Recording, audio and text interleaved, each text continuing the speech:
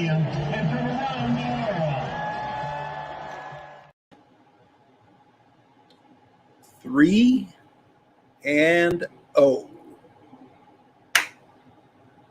3-0, baby. Hawkeyes win 30-7, which may or may not be a notable score to some.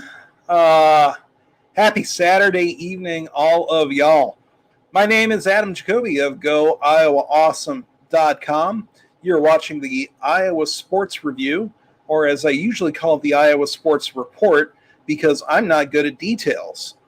We are here to take your questions, your concerns, your thoughts, your everything, and we'll just sound off if we're allowed to use that term, and if we're not, on account of copyright, we will sound with each other. The Hawkeye Sound With, featuring your host, me.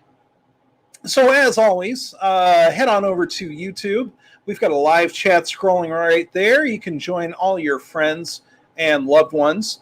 I mean, you did tell your friends and loved ones to like and subscribe, right? Because, like, that's the most important thing.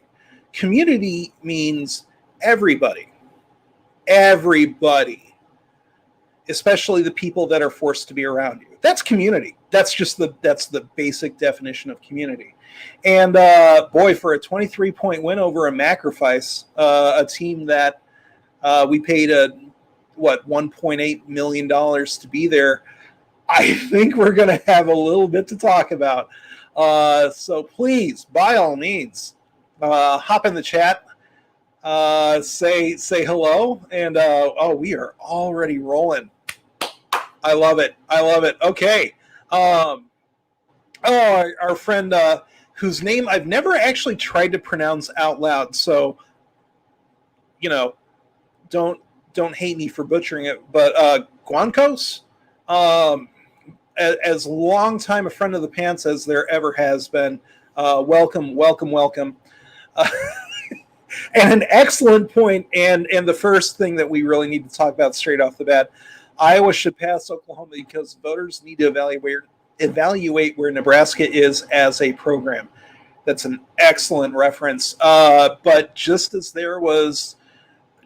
Nebraska imagined that there was some level of truth to that back in 2014, 15, however long ago that was, I think there's more truth to it today because Oklahoma did not play like a top 10 team. Again, Spencer Rattler didn't play like a Heisman caliber quarterback again.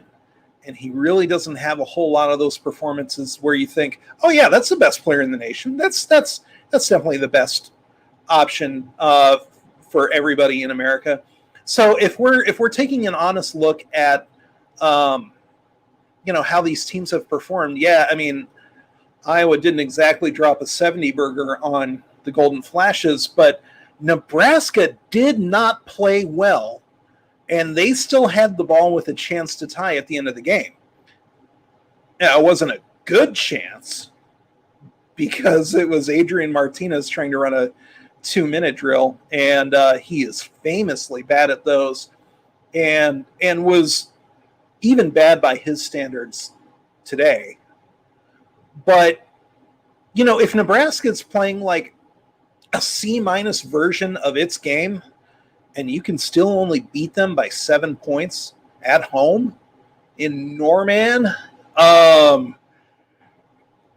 that's not a top 5, that's not a top 3 type of team. Am I saying that because I'm biased toward Iowa and I want Iowa to jump Oklahoma in the polls? Yes, but I'm also right? These are very advantageous facts for us.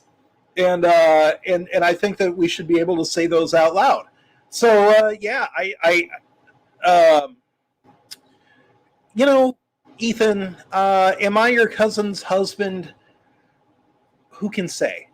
What's a husband anyway? What's a cousin? That being said, your cousin's husband sounds immaculate and handsome to boot, and probably rich and athletic. I bet he can dunk a basketball. like two at once, like JaVale McGee. I bet he can do that if he looks and sounds like me. So kudos to him. Joe, welcome back, and thank you for mentioning the most important thing in all of college football, and really one of the main reasons why the Ohio State-Tulsa game was close, and we'll be talking about that game too. Tulsa has a wide receiver named Juan Carlos Santana, as in Juan, then the guy who wrote Smooth with Rob Thomas of Matchbox 20, the Grammy-winning hit single. All right, the second best Billboard song of all time, the best since doing the Twist with Chubby Checker. Which, might I remind you, the Twist has nothing to do with whether or not it's a hot one. Makes no mention of Spanish Harlem. No mentions of the Muniquitas. It's a plainly inferior song, but I think it speaks more to how bad music was in the BCS era, the before Carlos Santana era.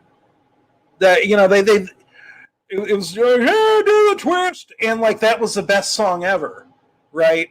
So I mean, the 50s were poverty when it comes to music, especially compared to now. Really, really glad that we don't have Tulsa on the schedule. One, a little bit because they gave Ohio State fits. I mean, that was a close game deep into the fourth quarter. But more importantly, I can't bring myself to root against Juan Carlos Santana. I just can't. I can't. All right, let's I think we actually do need to talk about the game a little bit. But happy to have all of you here. Has Iowa attempted to pass down the seam this season? One's enough, right? One gets the, it gets it on film, and allegedly that is enough to frighten defensive coordinators into, I don't know, always defending that instead of the pass routes that Iowa runs 99% of the time instead. I think you need to try a little bit harder to set a precedent. But I will say this. That play action big pass to Nico Reganey at the end of the game, which it's truly amazing to watch Iowa try to use the run to set up a pass for 55 minutes until the game is well out of hand. And then Kirk says, "Yeah, I'm gonna go deep. And of course it worked. Kent State had no interest in even defending that route, and it was just a basic play action hitch and go, and they had so little reason to respect it that of course it went deep. And I have a theory, and that is that Kirk called that because he doesn't like the Kent State coach. My theory as to why he would or would not like the Kent State coach has nothing to do with what happened in the game, but just look at him. He's wearing the weightlifting shirt, and he's got that grody hat that was definitely all his own sweat, because they don't even pre-treat hats to look like that. It was just so stained and disgusting. And he just had this vibe to him that he drinks lots of Monster energy drinks, but with that Punisher skull on them. I don't know if they even sell those, but if they do, that guy drinks them.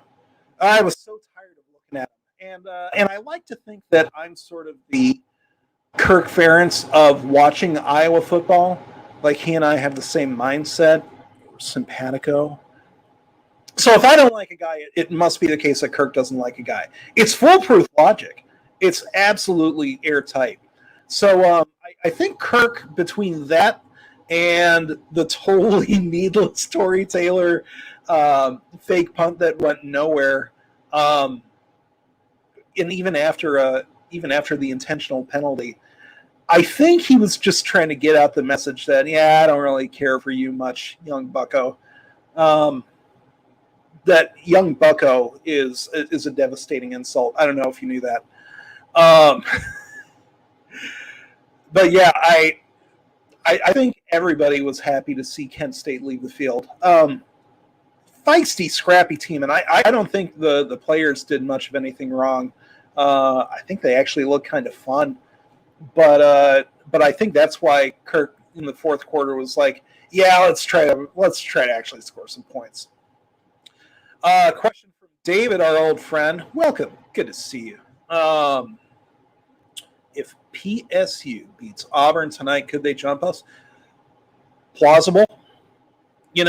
At the end of the day, a 30-7 win over Kent State, even though, we watch it and we know that, there's some life in them Golden Flash boys, that's not the same as beating Auburn, right? I still think Iowa's resume is going to be better than Penn State's, even if PSU wins that Auburn game. But I also think that voters have a very short attention span. And, beating Wisconsin and Auburn in the first 3 weeks of the season might start to look a little bit better than beating Indiana and Iowa State. I think we do need to see whether ISU really jams up UNLV, because that's in Las Vegas. It's a night game, and I don't think the Rebels have much of a chance, but I don't know. Weird things happen under the lights. So some of it might depend on whether Iowa State keeps making us look good. And that means, is Iowa State making itself look good? I think I know a little bit better than to trust them on any of those fronts. Not because they're going to spite us, but because football is more out of their control than they like to think. But yeah, I think if Penn State wins that game, they're definitely going to be breathing down Iowa's neck. And frankly, I'm happy for it. I want everybody to put a bullseye on that Iowa-Penn State game. It might be the biggest game in the Big Ten this year. It might. And when was the last time that a regular season Big Ten game, so, aside from the Big Ten championship, which of course always wins, but when was the last scheduled regular season Big Ten conference game that was pretty notably the biggest one of the season? When was the last time that didn't involve Ohio State? It's probably been a while. But I would love for that to be something close to a top 5 matchup. And if it's a top 7 matchup, you know what? Twist my arm. I'll take it. Ben, welcome. Love Martinez running play action on his 20 with 30 seconds left in the game. That was perfect, wasn't it? We know that Adrian Martinez is capable of throwing a football at least a similar distance to his peers. He doesn't have the strongest arm, but not the weakest by any stretch of the imagination. But it's like he's never run or even heard of a 2-minute drill before. That offense just goes in the tank. He sees a prevent defense and he's like, I don't know what to do here. It's like that SNL meme with the fake Steve Harvey trying to do Who Wants to Be a Millionaire. That's how he looks at prevent defenses, which is not ideal when you're trying to run a 2-minute or a 1-minute or a 30-second drill. And ultimately, that comes down to coaching, I think. I don't think it's too out of line to say that. But that seems hard to believe because Scott Frost must be a good coach, right? If he can go 12-0 at UCF, it's not like we should come to the obvious conclusion that they don't play very good football in the American Athletic Conference. Who could possibly say that? Definitely not a huge step up to the Big Ten from the AAC. I mean, that's crazy talk, right? Right. Adam Stricker, welcome back. Welcome back. Kent State's the best Ohio-based team we've faced since 2015. Listen, they kept it closer than 55-24. Where's the lie? Where's the lie? You know? Feels good, doesn't it? Feels good. Is Ethan, is Michigan sneakily the best team in the Big Ten Easters at MSU? Sparty looked good. That score was misleading, but I think that there were a lot of misleadingly lopsided scores in the Big Ten this week. You look at Ohio State, that was a 7-point game, and Tulsa had the ball in OSU territory with 5 minutes to go. It collapsed. Same deal with MSU Canes.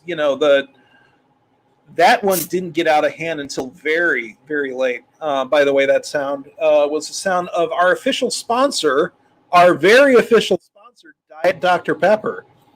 That's actually not our big announcement either, because they're actually not the official sponsor. They didn't give us any money to say that, and they're probably going to sue us now.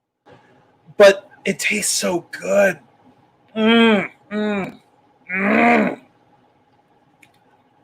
Diet Dr. Pepper, the official soft drink of the Iowa Sports Review, because Fansville is real. It's all a documentary.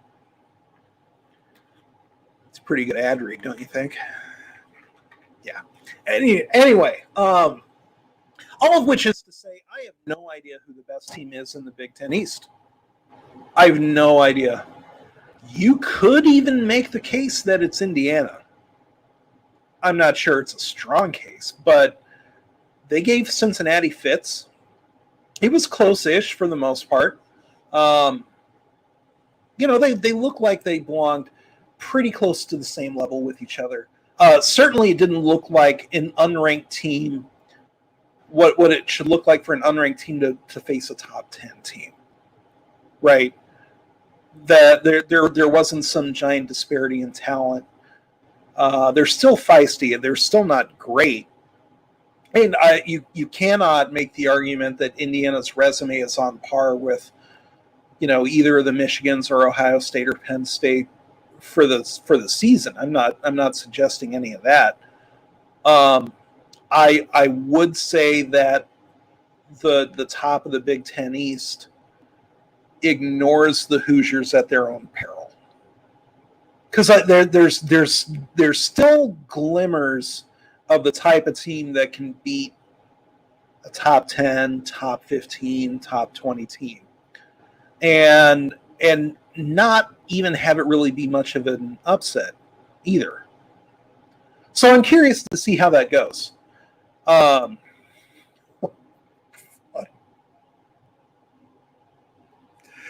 No Curmudgeon asks, will Ivory Kelly Martin need to sign a lease for the doghouse he's trying to move into? Okay. Now, one, that's funny because we know how Kirk Ferentz is. And 2 fumbles in the first half. Was it even the first quarter? I can't remember when his second fumble was.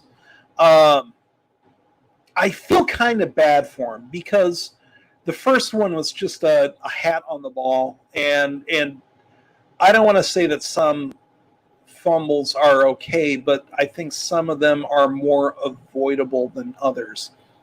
And then that second hit, it's like he got hit in 3 entirely different directions at the same time. Like, I was relieved to see him get up off the field and not even be injured. That was my more immediate concern. And also much happier to see Laporta, have the wherewithal to jump on the ball. But yeah, there's a reason why we saw a heavy dose of Gavin Williams after that. And we'll see Gavin Williams next week and probably the week after that. What the question, the grudge against Kent State due to recruiting bad blood. But I think that would go the other direction, right? Iowa's happy to poach whatever Kent State has going on, but that's no reason for Kirk to resent Coach Bro. If anything, he's like the little brother that you just pat on the head, like, "Oh, you lifted weights, nice job. We're still going to hold you to a touchdown." Yeah. If Petrus throws behind a running back in the flat one more time, that's I agree. There's some quarterbacks that are better than others at that throw. Interestingly, I thought James Vandenberg was pretty good at that. And the difference that we saw in how the offense was running, between Ken O'Keefe and Greg Davis should tell you all that you need to know about James Vandenberg. It wasn't his fault that the passing offense cratered. I would like to see Petrus get as good at throwing to the flats as Vandenberg was. We'll put it that way. I think that's definitely room for improvement. And, as long as Petrus struggles with that pass, that means it's not quite the same high percentage pass that it would be with a different quarterback, right? So if it's more of a risk to even get completed in the first place, and the reward, if it's executed correctly, is iffy at best. They were throwing 2-yard outs to the fullback on 1st and 10. What you sort of have to ask, like, what the best case scenario is there, and if that, because I really don't know how that play was going to go a whole lot better. Might be worth a little bit of reevaluation. That being said, I'll say this: Petrus was throwing downfield balls a lot better than he was the first 2 weeks, and he ended up with over 200 yards, which we like to see. It took him way too many passing attempts to get there, but when he had to convert third downs and he was able to, step into throws, had enough time, had a receiver to hit, he wasn't perfect. There's definitely some teaching moments there, but he threw some pretty good balls. And once again, this is the thing that Kirk Ferentz cares about, especially with a defense like this. He didn't throw any interceptions, and there was only one that was close to being a pick, and that was because it bounced off the receiver and nearly like a fluke into the defender's hands. That was not one that you'd say, Spencer, what the heck are you doing out there, right? It wasn't a bad read. It wasn't a bad throw, but, sometimes good reads and good throws still end up in picks. I think Petrus is still doing, for the most part, what the coaches want him to do. It's probably not the same as what we want the offense to do. I would much rather that Iowa, scores 40 points a game instead of what we've seen. But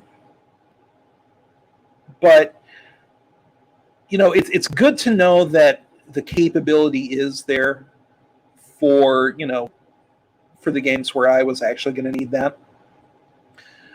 Yeah, our win against, thanks DW, our win against Indiana doesn't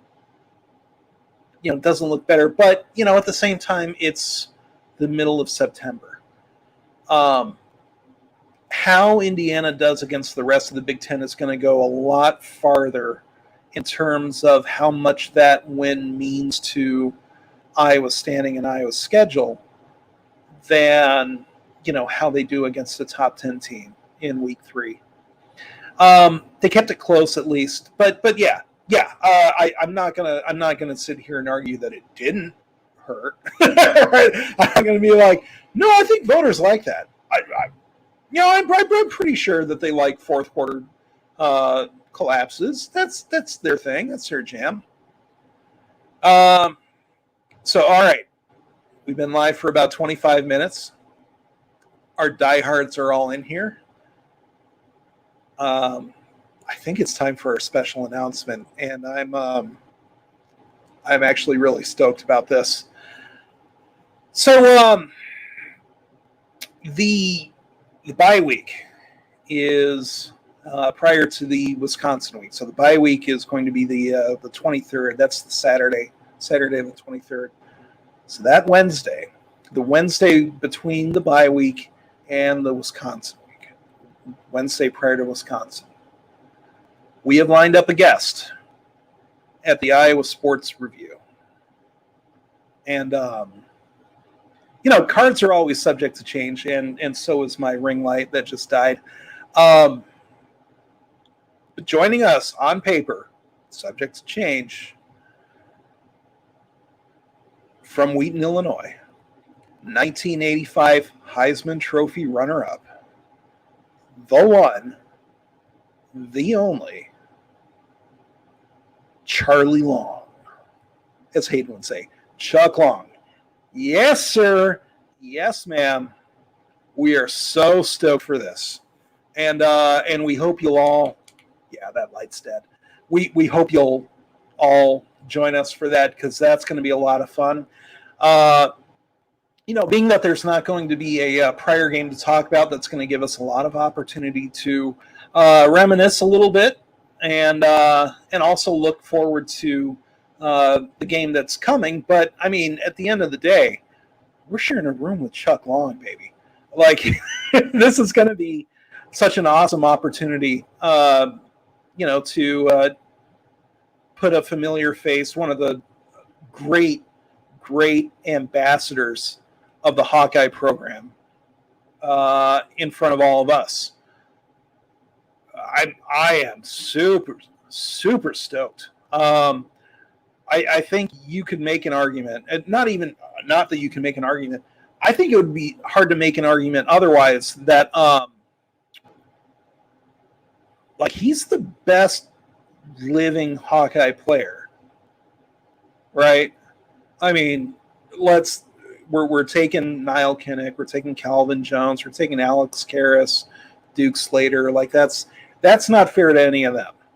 The guys that are still with us, Chuck Long is number one, without a doubt, right? Right.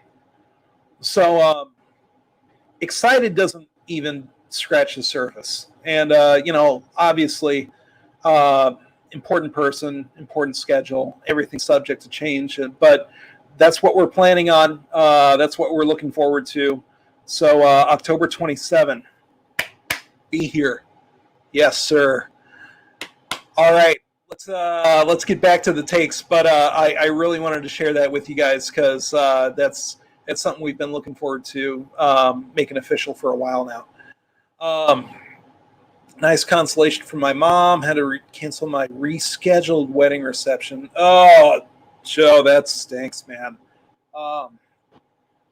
Everyone's got opinions on that whole situation. But at the end of the day, I don't think anybody is happy to see big, important events like that have to get rescheduled. It's a bummer, is what it is. So hopefully, you'll be able to, at the very least, sit and spend that week with us. Ethan asks, whose byline appears next on a substantive article at Go Iowa Awesome? Buddy, we don't do substantive articles. All right? Like, the next one of those that's going to happen is going to be the first one, at least of me, Vint, or Jeeves. It just is what it is. So, it is what it is. But yeah. Nobody talks about Chuck Long's name being Chuck Long. Correct. Like, in the post that I put up earlier today about today's show, his name is a pun. Of course, the guy who throws it 30 yards downfield in the Hayden Fry offense, his name is Chuck Long. It's like if a quarterback was named Throw Touchdown Guy. It's right up there. It's amazing. So, yeah, we're happy about that. All right. Back to the game. So we don't condone gambling on anything ever, as all of you know. Certainly wouldn't know anything about the Vegas line or anything like that, but some sources have told us, and we're really going to have to depend on you, the watchers, the viewers, the chatters, to confirm or deny. But sources have told us that the final score of the Iowa game, 30-7, a 23-point margin, may have been significant to some, especially when they would have, I don't know, I think the correct term is put in their bets over the course of the week, whether or not the line changed or not. I don't know what this terminology is. I've never heard of gambling at all. I never have, and I don't recommend it for anybody. But if there are any such degenerates that surround us, notable to some, perhaps. Yeah. So I thought that was interesting too. But at the same time, if Iowa, wins a game by what they are by within a point of what Vegas is expecting, you can't really be mad about that too much, right? Like, some things went Iowa's way that aren't always going to go Iowa's way, but you could certainly make the same case about the video review. Yes, thank you for putting those words in my mouth. That's the worst video review I've ever seen. No, I take that back, because Oklahoma versus Oregon happened. And if you've never seen that, yikes. But let me narrow that one down a little bit. That's the worst review and overturn of a completed pass in college football that I've ever seen. I don't know how you can make a case, looking at that footage, even in slow motion, I don't know how you can make the case that he didn't control the ball, that the defender had somehow loosened it, had taken it out of his possession, or that he was still in the process of completing the catch by the time that his elbow hit the ground, because the ground caused the ball to come loose. And that was after catch, step, tackle, reach with the ball. How is reaching with the ball, or like bringing it down with the ball, finally in one hand? I don't know how that's not a football move. I mean, so clearly, I don't know the rules of football. In which case, why are any of you here? I was at a loss for words, and you could tell that Kirk Ferentz knew two things when you were watching him talk to the referees during the review. One, he knew that it was a bogus review. He knew that by any sane interpretation of the rules, that was a catch, that you can't possibly make the case that was an incomplete pass. Two, he knew that was going to be overturned and called incomplete, because the rule as it's written and as it's interpreted by bozos with extra slow motion cameras is very technically an incomplete pass. But Joe, it barely hit the ground, but it was never out of his grasp. I think the back end of it touched while it was in his hand, but he never lost control of the ball. And all of that was after his elbow had hit the ground. It was after he had taken 2 steps, absorbed a hit, and moved the ball in his hands. Yeah, I mean, it was so absurd that you could see Kirk chuckling because he knew that he was about to get hosed on a call, and that could have been. I mean, it's such a fine line between us talking about this right now at the end of a 23-point victory and that being the turning point of a really, really damaging result. And it took, a fumble at the 1-yard line by Kent State on the ensuing possession for that game to not all of a sudden be a 2-point game and everybody who's not wearing a Kent State helmet in the entire stadium just irate. Right? That was such an easy way for a bad team or a mentally insufficient team to lose its composure, to lose its momentum, to let that really derail the game. We've seen it in Iowa teams before, right? Like, I think everybody watching that play and then that ensuing drive where Kent State could actually run the ball on Iowa's defense, you're watching that and you're thinking, oh no. Like, that was the sort of thing that would only happen in a Northwestern game, right? So, fortunately, the fumble bounced right to Riley Moss, and it was just a silly fumble by the Kent State player anyway. If he wasn't trying to stretch after taking way too much contact for something like that. I mean, he basically threw the ball into the end zone.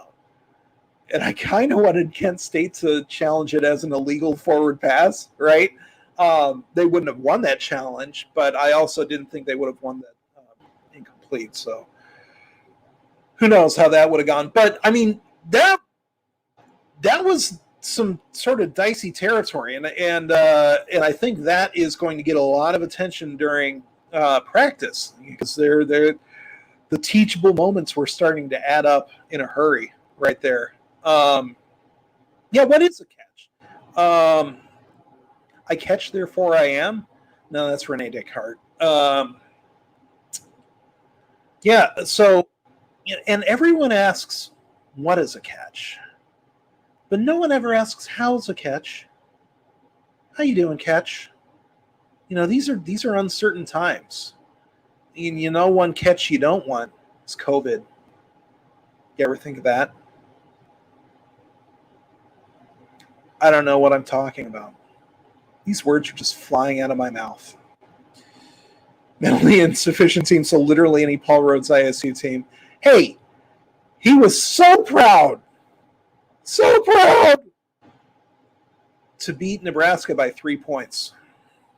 If that doesn't scream mental sufficiency to you, I don't know what could be. Don't Adam me. Don't do that. All right, so just a little reset for all of y'all. Welcome to the Iowa Sports Review. I am Adam Jacobi of GoIowaAwesome.com. Thank you if this is your first time watching. Thank you if you signed up on account of the posts that we did on Go Iowa Awesome, or if you saw us on social medias. Do us a favor, please, please, please. Click like on this stream. Click subscribe if you haven't already. And if you're just watching and lurking, I think you know by now that anything that you want to say, we'll listen. We'll listen. So join us. This show is all about you guys. It really is. And gals and everything in between. But, at the end of the day, we're doing this for you. And the more we can grow this community and get some folks to chat with you guys and have a little fun and talk a little football, the better. So we're not exactly lining our pockets with YouTube dollars at this point. So when we say click like and click subscribe, it's so we can continue to grow the community, continue to provide this multimedia approach to Go Iowa Awesome, and make this as fun and engaging and as multivarious as possible. We love having you guys around, and the more of you guys there are, the better. So this ends the YouTube plug for 41 minutes in the stream.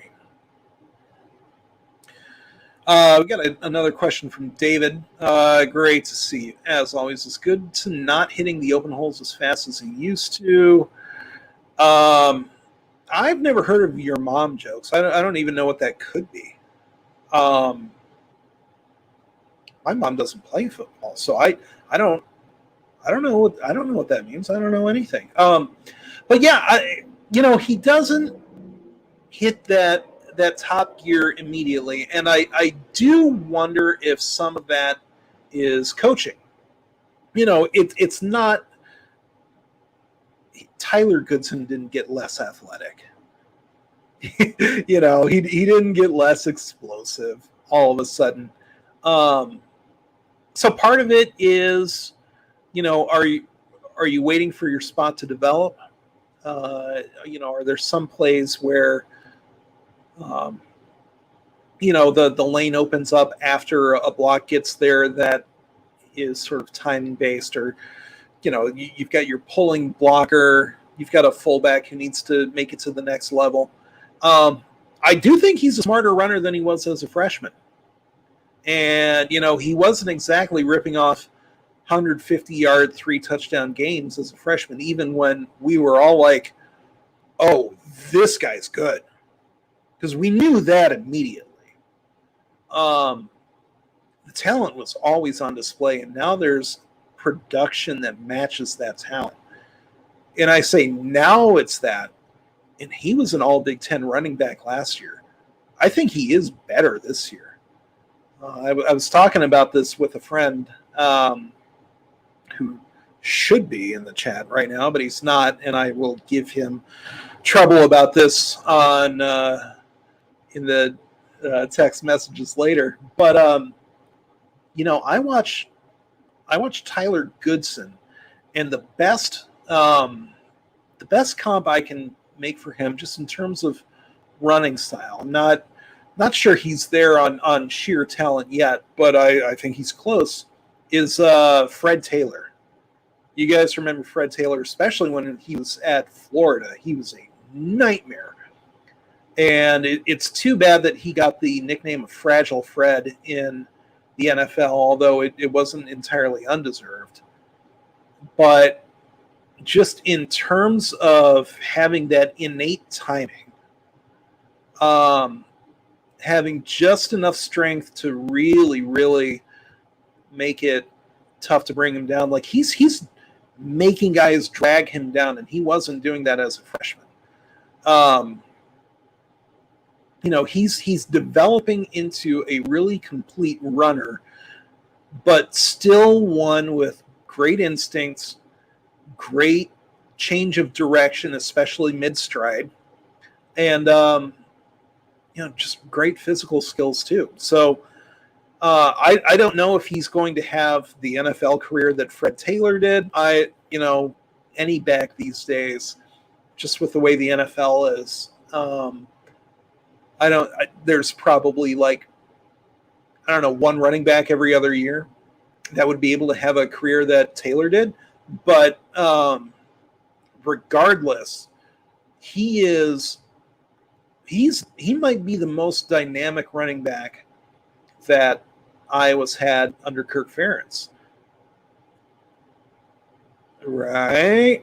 I mean, Sean Green was awesome. Akram Wadley was awesome.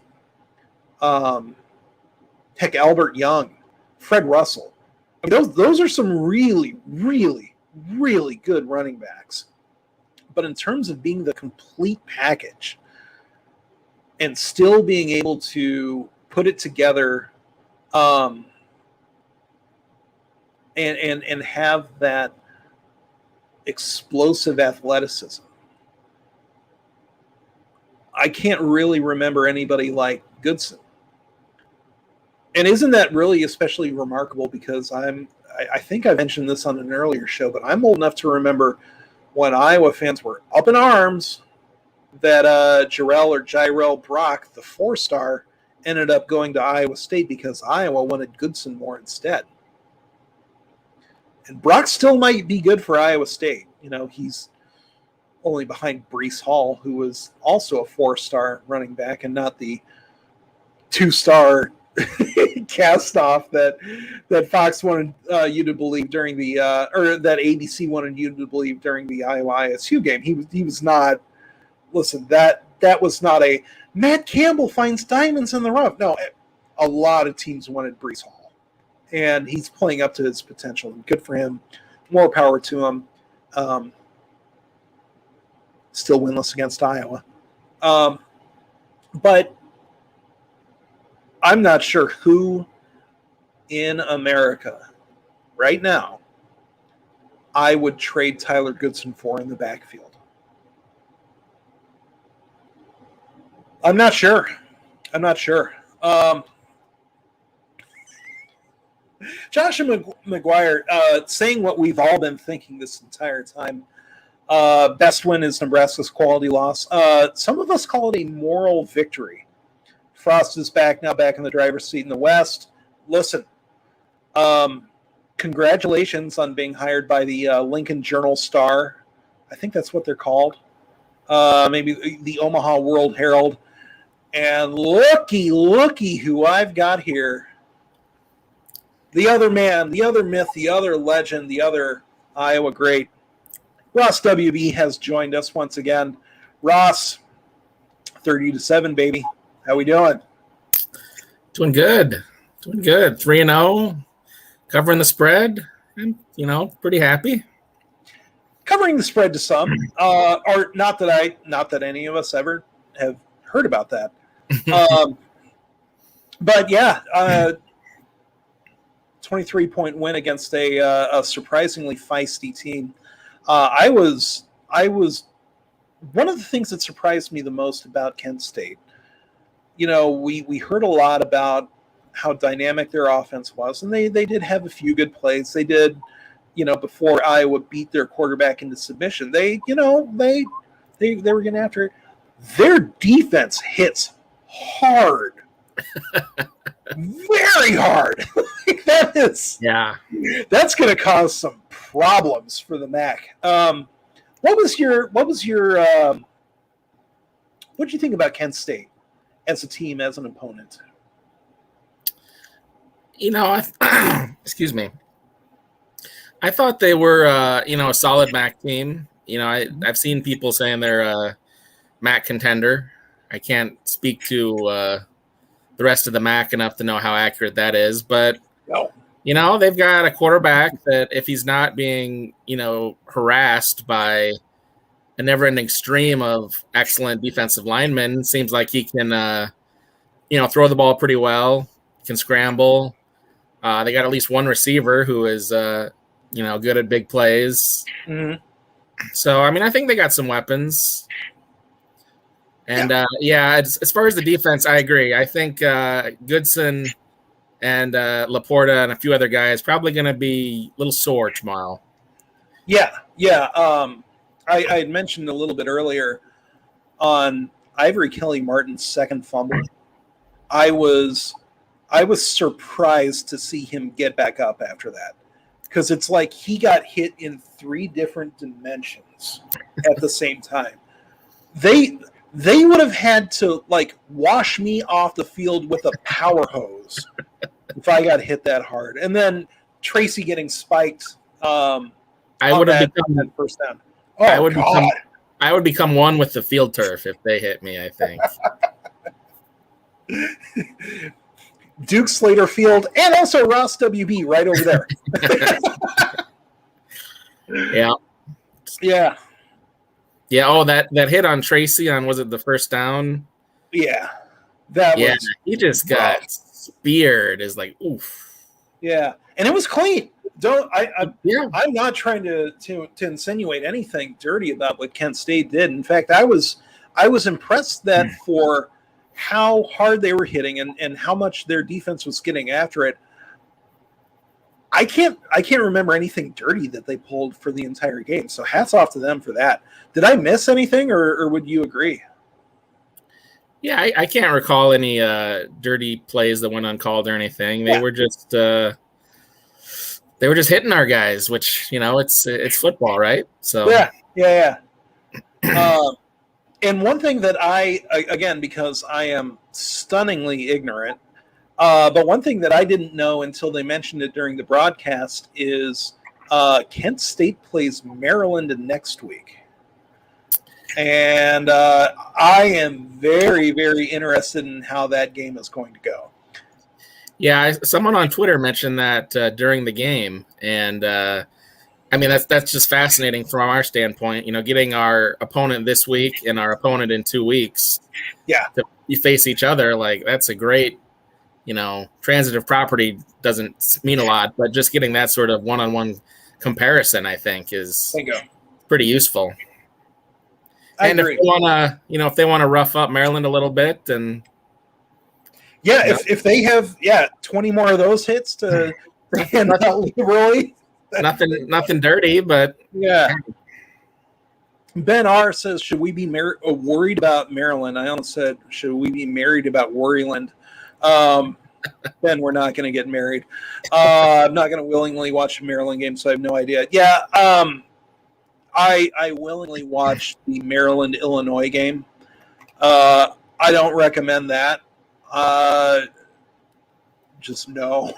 But I thought Maryland looked pretty average, but capable of decent things. I am worried about the setting as much as anything. I've mentioned it before, but they've got a QB who can make throws in tight windows. It's going to be a Friday night under the lights. The nation's going to be watching, and I don't think this last part is going to affect Iowa's play at all. But I think it's just worth mentioning because we're all fans here. The entire nation will be rooting against the Iowa Hawkeyes. People love chaos, and that would be such a chaotic upset. Yep. So I think we just need to brace ourselves for that as fans. So, like when Iowa's up 14-3 and Tagovailoa is not having a good time, nobody is going to be happy for Iowa other than ourselves. So let's just embrace that for what it is. Understand that probably nobody's going to remember that game or be thinking about that game within 24 hours, and with the rest of the college football slate going on. But am I worried about the Maryland game? I mean, kind of, yeah. Not as worried about that game as I am Penn State, obviously. But it just, it smells like an upset or a trap. I should say, it smells like a trap game. I don't know if it's an upset. I'm not doubting them. But, boy, it has all the symptoms of a trap game. Yeah, I mean, my worry about that game is, like you said, the atmosphere, Friday night, under the lights, their fans are going to be really hyped up. Maryland's going to be hyped up, trying to beat a top 5 team. So, I just worry about, if Iowa gets a slow start, that's concerning because Petrus playing from behind is not something we've had to see very much of over, the last 9-10 games. Yeah. And that's been a good thing. He, Petrus playing from behind means a lot more passing probably. And I don't think any of us want to see that. So, well, and not only just more passing, but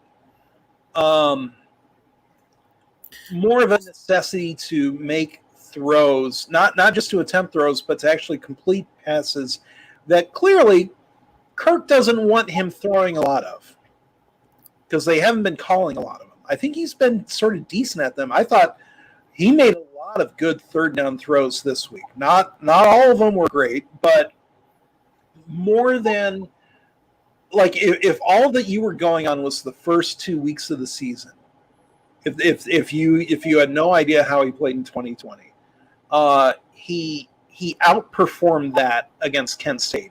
Is that a fair assessment? Yes, I agree with that. All right, I win. I got Ross to agree with me.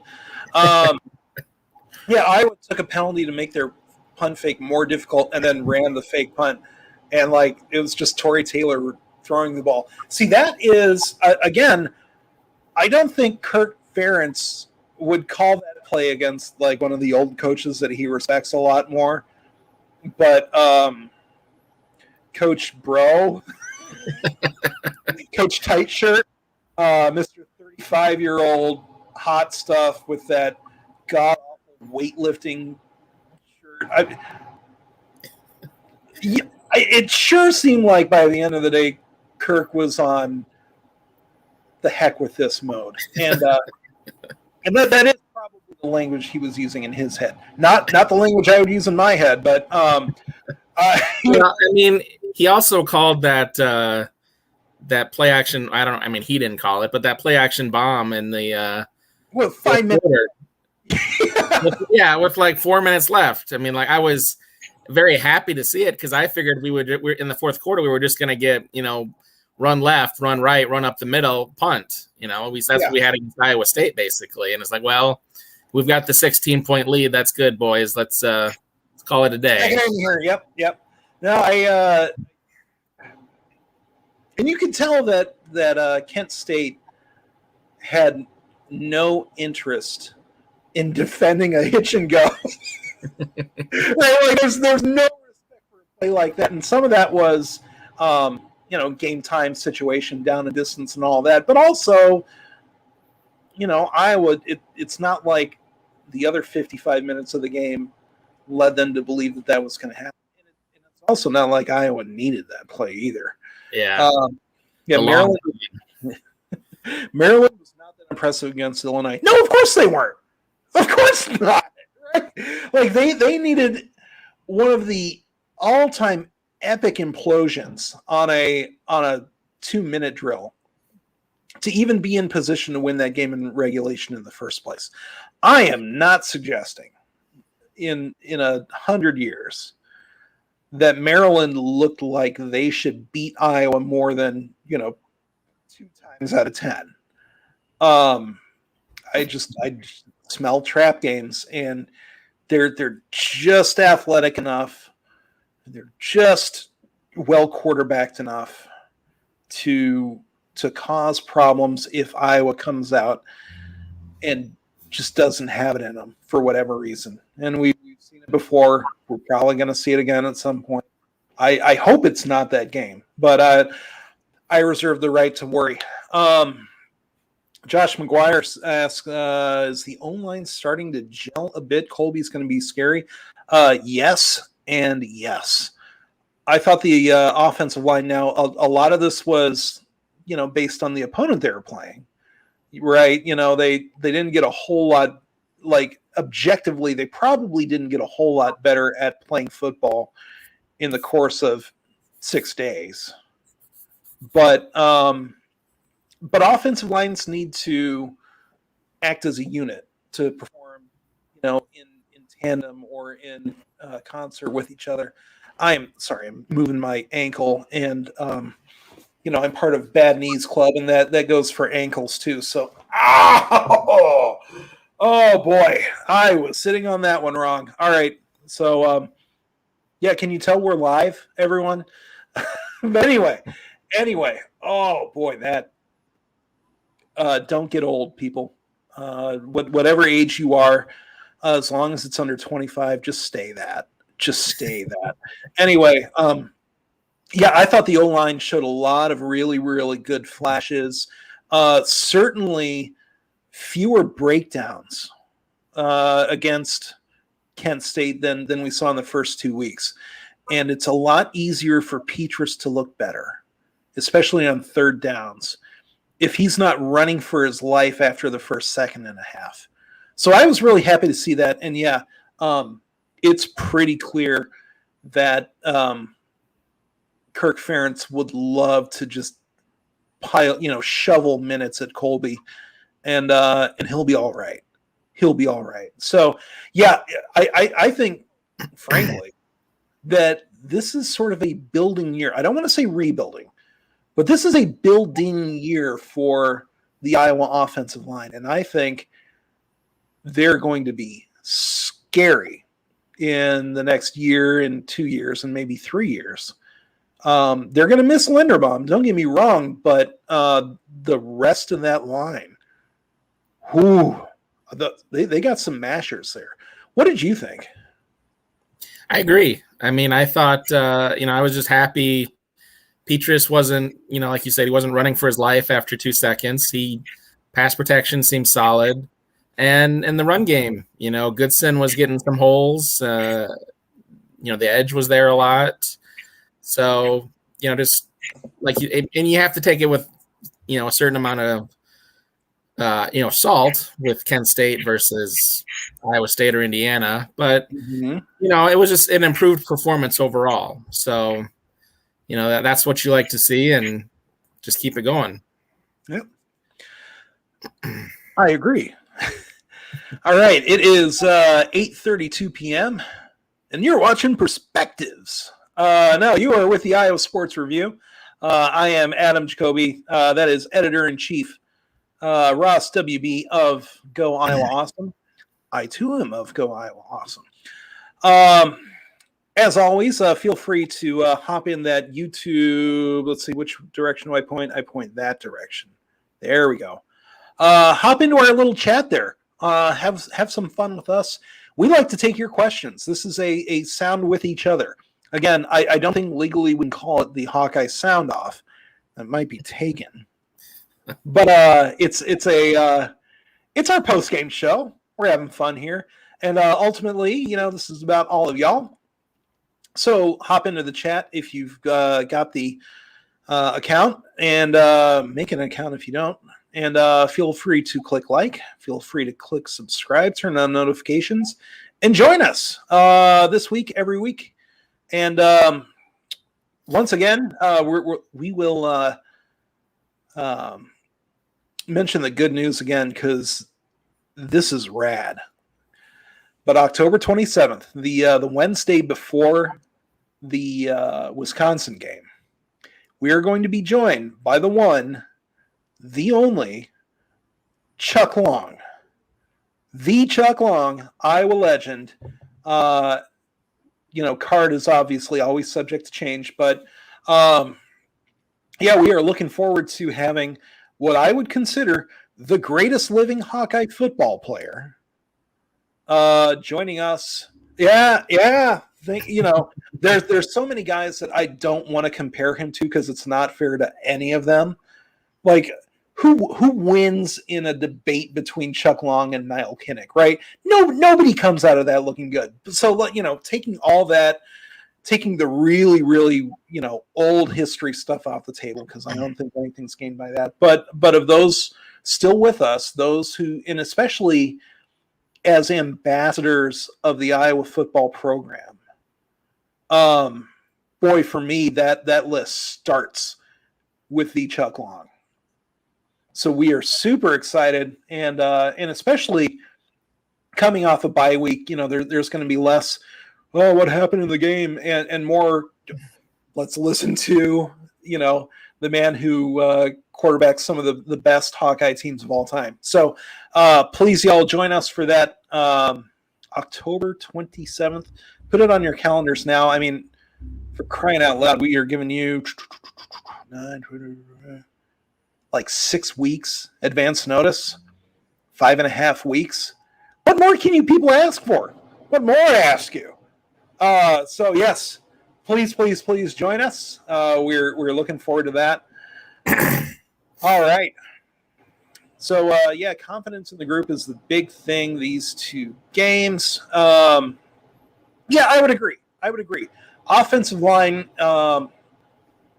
is not strictly a confidence thing. I know a lot of overconfident, underqualified people, but at the same time, it requires such quick thinking and such trust in the guy next to you that if you're second guessing while some edge rusher is coming after you, you're dead meat.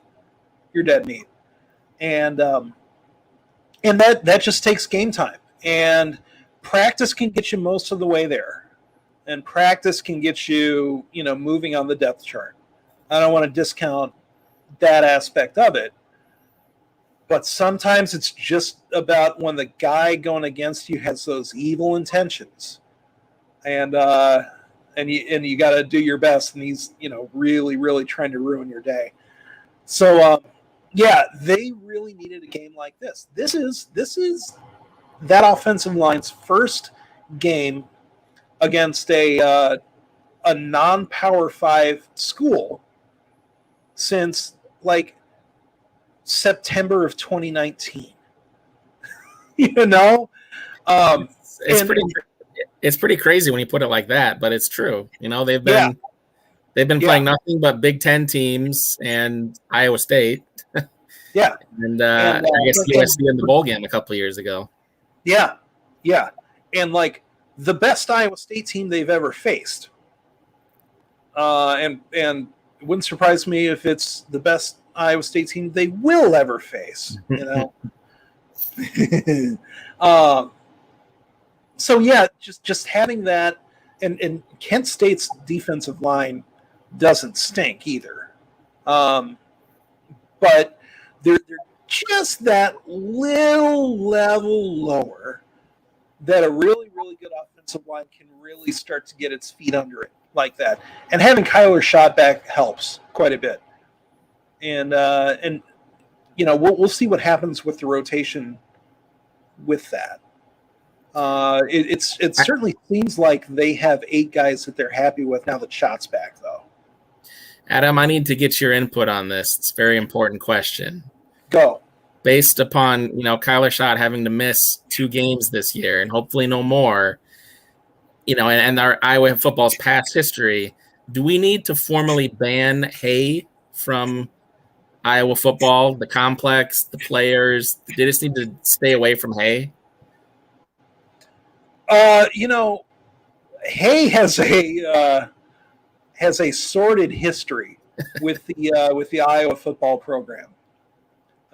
Soul and beef days, there's the stories about guys tearing oblique muscles trying to I don't know if any of you are not familiar with the hay bale toss, but it's exactly what it sounds like. One, it happens at something called beef days, which is also exactly what it sounds like. But the hay bale toss, you take your bale of hay. I don't know what a regulation hay bale size is. I don't know if there's a governing body to the hail bay, the hail bay hay bale toss. But you throw it over. It's like pole vault, but instead of a pole and a person, it's a bale of hay. And they get some incredible height on these things, like what, 12 feet? Oh, no, I don't have the Auburn game on, but is that a good OMG or a bad OMG? I'm going to need, Joe. It's good for Penn State. Right here, yeah. But yeah, it turns out that even in that weird, like, quasi-CrossFit Chris Doyle type of strength and conditioning, doing this as hard as possible sometimes means that you tear an abdominal muscle. War Eagle, no. Oh, that can't be good. But I honestly want Penn State to be ranked as high as possible going into that game. That would be the most fun. Anyway, so we've got that with hay.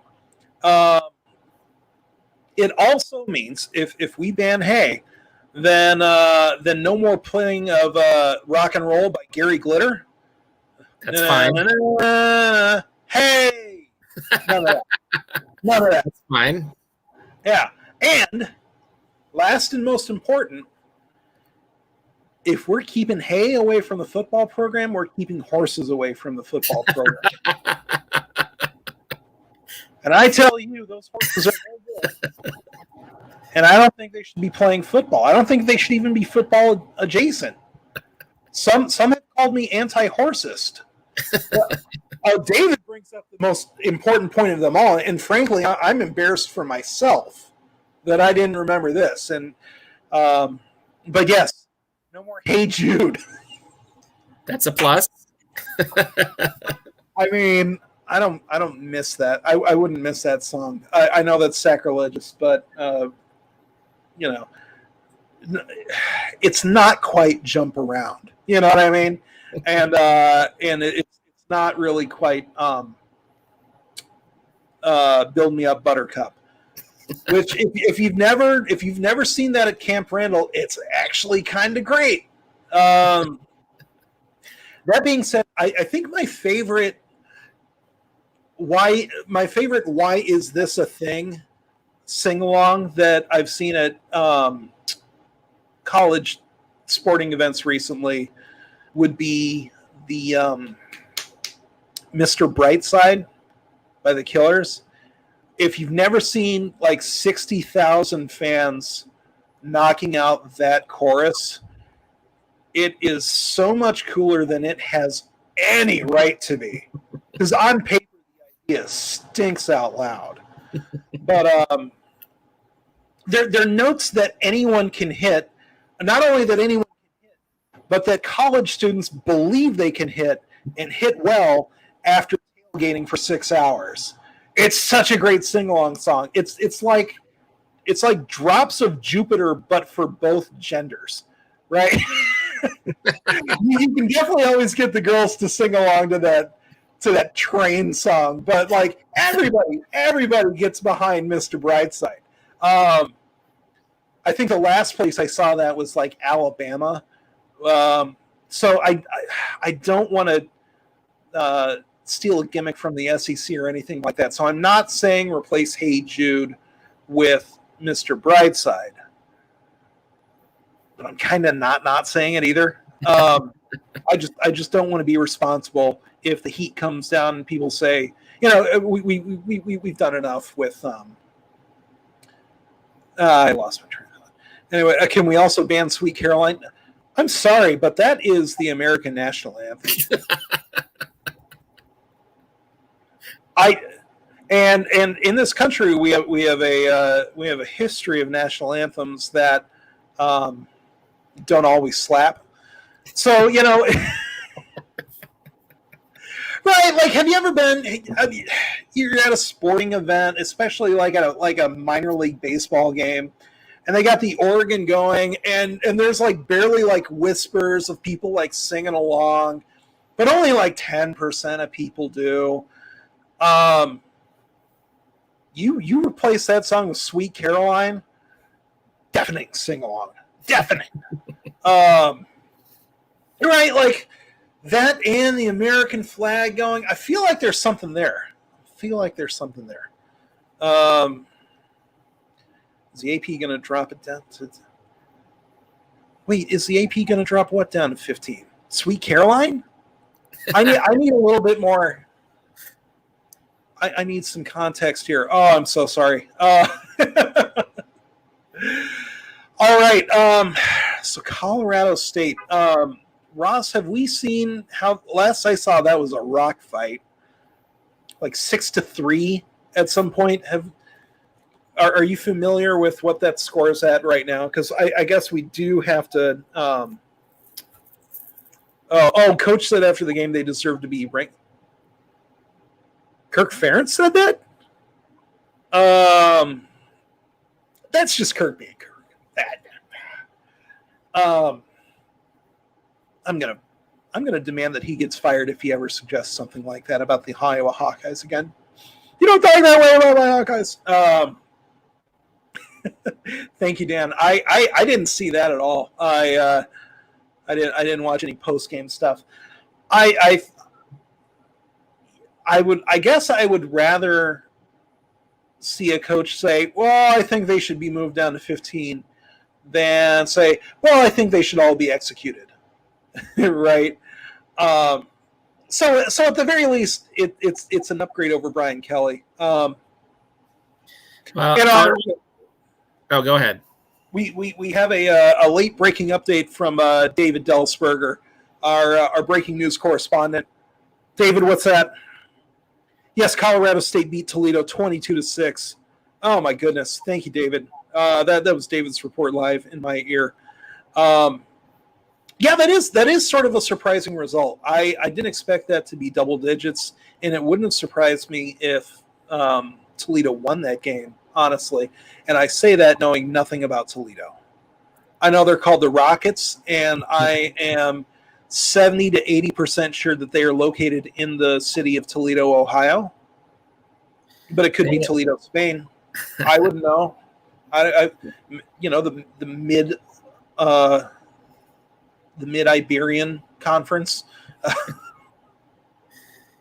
Well, Toledo, Ohio is well known for its rocket industry. It's very, yes, very common. Yeah. What do they call Toledo? The city of glass. So sure, it's a easy jump from glass to rockets. Yeah, Toledo was favored by 2 touchdowns in that game. So yeah, 5 field goals and a punt return for a touchdown. Okay, so we're clearly dealing with an offense on the scale of Kent State. Yeah, and Colorado State did lose handily to San Diego State. So I think Iowa's defense, and I've crunched the numbers while you all weren't looking, while you blinked. Iowa's defense will score 15 to 18 touchdowns against the Rams, conservatively. It really depends on when Kirk Ferentz pulls the starters. But, oh my God, it was South Dakota State. I Yeah. gave them the benefit of the doubt. I mean, South Dakota State could be competitive in the MAC, I think. So Yeah. You doubt the Jackrabbits at your own peril. We'll put it that way. All right. It is getting to be about the witching hour. We got 8:48 p.m. And you're watching No, I did that joke already. One last time, I am Adam Jacobi of GoIowaAwesome.com. I am joined by Ross WB, Editor-in-Chief of Go Iowa Awesome. This is the Iowa Sports Review. Iowa has defeated, I almost said Maryland, but Kent State 30-7, 3-0 on the year, 1-0 in the Big Ten, and cruising en route to the Colorado State game and looking forward to it. Thank you all for joining us. As always, we had ourselves we have a time in the chat. Thank you all for your questions. One last time, if you haven't already and you're capable, go ahead and click that like button and click subscribe, not only because it gives us the good brain chemicals to see numbers go up. So if you're in favor of that, just like all of our tweets too, every single one of them. But because it makes YouTube put us in front of more fans' faces, and the more fans that we have in our community, the better. Because ultimately this show is about all of y'all.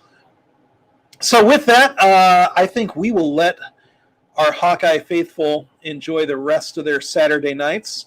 What good is football for if it's not for celebrating? So on behalf of the inimitable Ross WB, my name is Adam Jacobi. Thank you all for joining us. Have a lovely evening. Go Hawks. Go Iowa Awesome. Good night.